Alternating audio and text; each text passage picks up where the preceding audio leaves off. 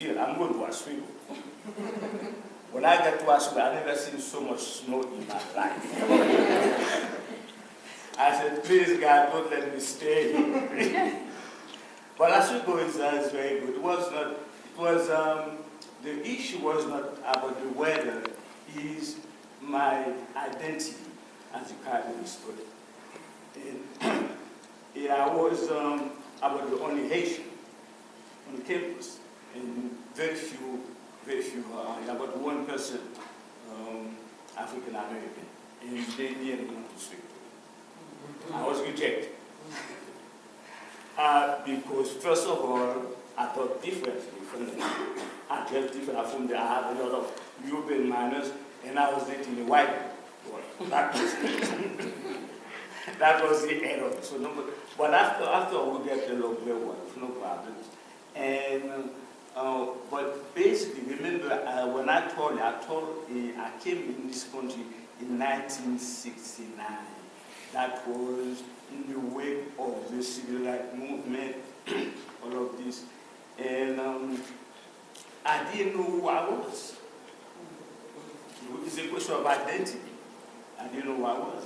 And I was using Haiti. Haiti is a country, it has been free since 1804.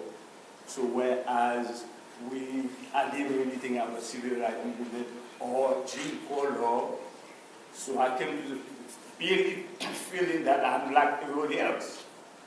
So I had to learn the hard way. I'm different. I was different. So very, very difficult to cope with this. So I had the phone of my king.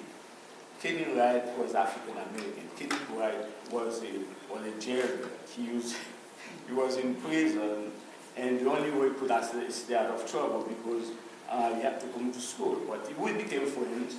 And I asked him, well, Kenny, what's the problem? Because I'm basically like everybody else, and why am I different?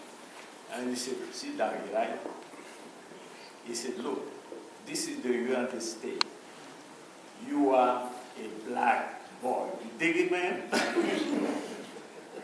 And I said, okay. But by and large, it was okay. I managed very well.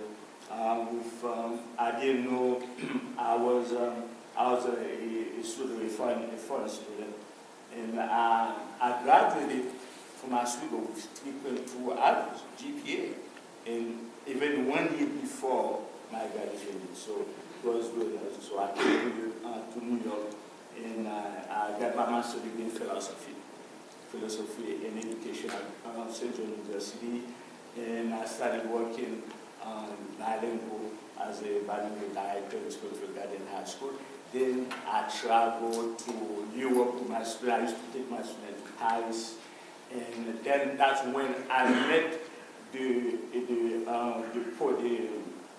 French poets, and I became part of the Association of French Poets, and this is how I created Jafanism. So anybody who wants to ask me, I know you're asking for time, right?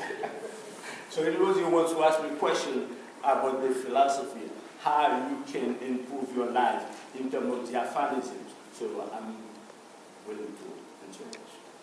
Okay, before we continue with the other, tell their backgrounds, we have one more panelist who's here.